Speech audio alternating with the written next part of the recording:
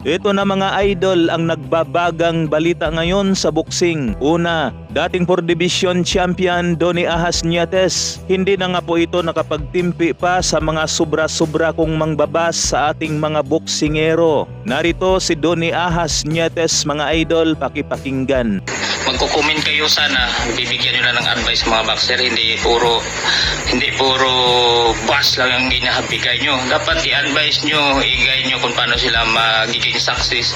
I-advise nyo kung anong kulang nila, hindi puro bus, okay? Sa iba pang mainit na balita, na ito nga pong si Puerto Rican IBF Super Lightweight Champion na si Sobriel Ahmed Matias. Sinabi nga po nitong si Matias mga idol na siya nga lang daw ang the best o pinakamagaling sa division na 140 pounds. Di nga daw itong si WBO Champion Teofimo Lopez. Hindi rin daw si Ryan Garcia, kung saan ay tinawag pa itong si Ryan Garcia ni Matias na lamang loob ng isang babae. Di rin daw si WBC Champion Devin Haney, kung saan ay tinawag naman ito ni Matias na chicken. At lalong hindi rin si WBA Champion Rolly Romero, kung saan ay tinawag naman ito ni Matias na joker. Samantala mga idol, alam na nga po ng halos nakakarami, unti-unti nang tinutupad ni Super Bantamweight Undisputed Champion Naoya Inoue ang kanyang gustong makalaban para sa taong 2024. Kung saan matapos nga po sumabog ang balita na tuloy